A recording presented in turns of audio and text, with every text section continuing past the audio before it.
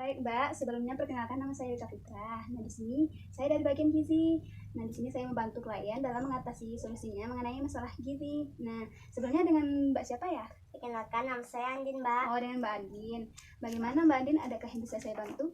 Jadi gini, Mbak, kemarin les saya itu pusing, lalu penglihatan saya itu gelap, dan kata teman-teman saya udah itu saya tuh pucat. Lalu saya pergi ke rumah sakit. Ketika di rumah sakit, saya disuruh ke bagian gizi. Ini, Mbak, berkasnya dari dokter.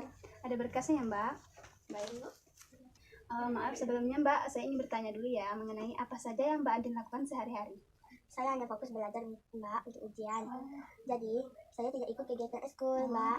Berarti Mbak Andin sekarang sedang pusing-pusingnya ya dalam persiapan ujian. Baik Mbak, saya akan baca dulu berkas yang Mbak Andin berikan tadi.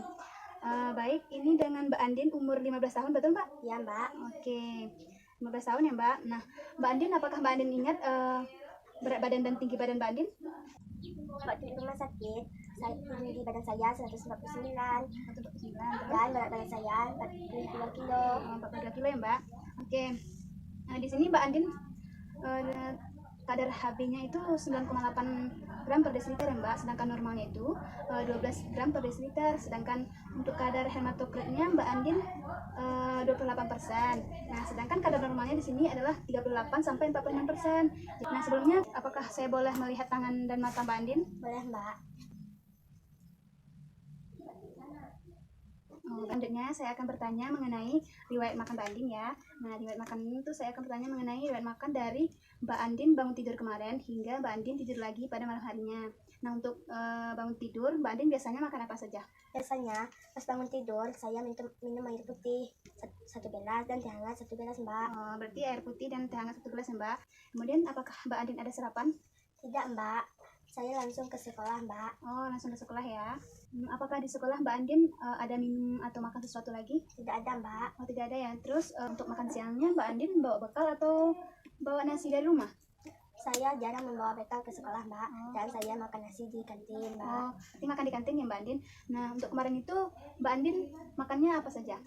Kemarin itu saya makan nasi, terus sambal ayam, terus tahu goreng, terus tumis bayam dan wortel, Mbak. Oh, terus untuk minumannya Mbak Andin minum apa aja? Air putih satu gelas dan teh hangat satu gelas. Oh, Mbak Andin makan nasi, terus sambal ayam, tumis bayam dan wortel, kemudian tahu goreng. Kemudian untuk minumannya itu air putih satu gelas dan teh es satu gelas. Siang, apakah Mbak Andin ada makan atau minum sesuatu lagi sebelum makan malam? Kemarin itu saya makan jeruk satu buah, Mbak, dan air minum putih satu gelas, Mbak. Jeruk satu buah dan air putih satu gelas ya Mbak. Kemudian selain itu apakah ada lagi yang Mbak Andin makan sebelum makan malam? Tidak ada, Mbak, hanya itu saja, Mbak. Oh, baik. Nah, untuk makan malamnya itu kira-kira Mbak Andin biasanya makan jam berapa? Atau pukul berapa?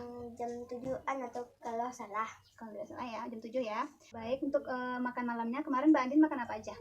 Kemarin malam saya makan nasi, terus ikan tongkol, terus tumis kangkung, dan buah pisang, Mbak. Oh, 2 buah pisang ya. Itu nasinya Mbak berapa centong kira-kira? 1 centong, Mbak. Oh, 1 centong.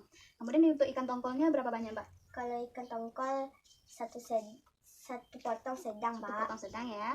Kemudian untuk tumis kangkungnya itu berapa banyak, Mbak? Sekitar 3 sendok makan, Mbak. Oh, sekitar 3 sendok makan. Oke. Kemudian untuk minumannya Mbak Andin biasanya minum apa setelah makan? Karena saya minum 2 gelas air putih, Mbak, dan teh hangat 1 gelas, Mbak. Oh, berarti air putihnya ya untuk minumnya 2 gelas, kemudian teh hangat 1 gelas.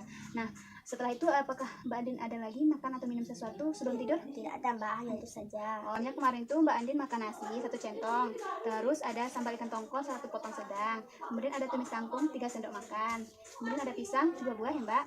Kemudian sedangkan untuk minumannya itu 2 gelas air putih dan teh hangat 1 gelas. Ya, Mbak.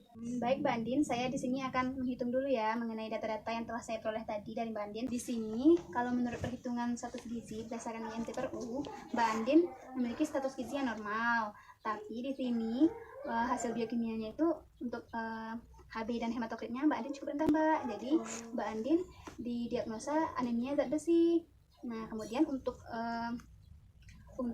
kalori Mbak Andin itu seharusnya 1.800, sedangkan Mbak Andin baru mencukupi 1.144 kilokalori. Ini berdasarkan perhitungan kalori dan asupan makan Mbak Andin itu mengalami sedikit masalah yang harus kita perbaiki ya Mbak. Nah, salah satu caranya itu kita perlu memperhatikan lagi asupan makanan Mbak Andin. Sebenarnya dari hasil riwayat makan Mbak Andin sudah cukup beragam, tapi yang harus kita perbaiki di sini adalah minum tehnya, karena di sini setiap makan Mbak Andin selalu minum teh ya. Untuk Mbak Andin yang sedang program perbaikan zat besi harus mengurangi tehnya itu, karena dalam teh itu terdapat zat yang akan menghambat penyerapan zat besi dalam tubuh kita. Nah, saran saya untuk mengganti itu Mbak Andin bisa minum es tehnya diganti dengan es jeruk setelah makan, karena dalam es teh itu terdapat vitamin C yang dapat membantu penyerapan zat besi dalam tubuh kita Mbak Andin. Nah, selanjutnya Mbak, untuk meningkatkan zat besi dalam tubuh Mbak Andin bisa mengkonsumsi makanan yang beragam. Contohnya yang terdiri dari karbohidrat ya, misalnya itu nasi, roti atau singkong. Nah, kemudian untuk hewaninya seperti daging ayam, telur ayam dan hati ayam, karena di dalam hati ayam itu juga terdapat zat besi yang tinggi. Sedangkan untuk protein nabatinya bisa Mbak Andin konsumsi dari tahu, tempe, dan kacang-kacangan, karena juga mengandung zat besi dalamnya.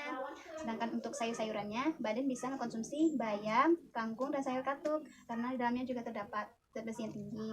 Nah, kemudian untuk buah-buahannya bisa Mbak Andin konsumsi jeruk, jambu biji, sama pepaya, karena di situ ada vitamin A, vitamin C, dan zat besi. Andin tahu pola makan yang baik seperti apa? Tidak, berarti pola makan itu seperti makan 3 kali makanan utama dan 2 kali selingan. Nah, makanan utama itu ada sarapan pagi, makan siang, dan makan malam Mbak Andin.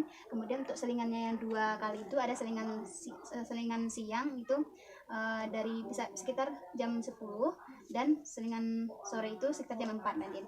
Jadi sampai di situ Mbak Andin sudah paham atau sudah jelas apa yang saya sampaikan sebelumnya?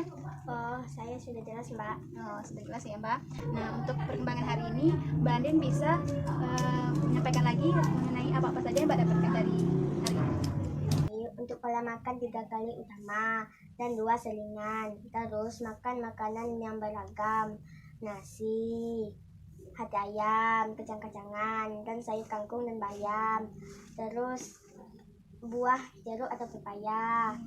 Kemudian mengganti es teh dan es jeruk Mbak.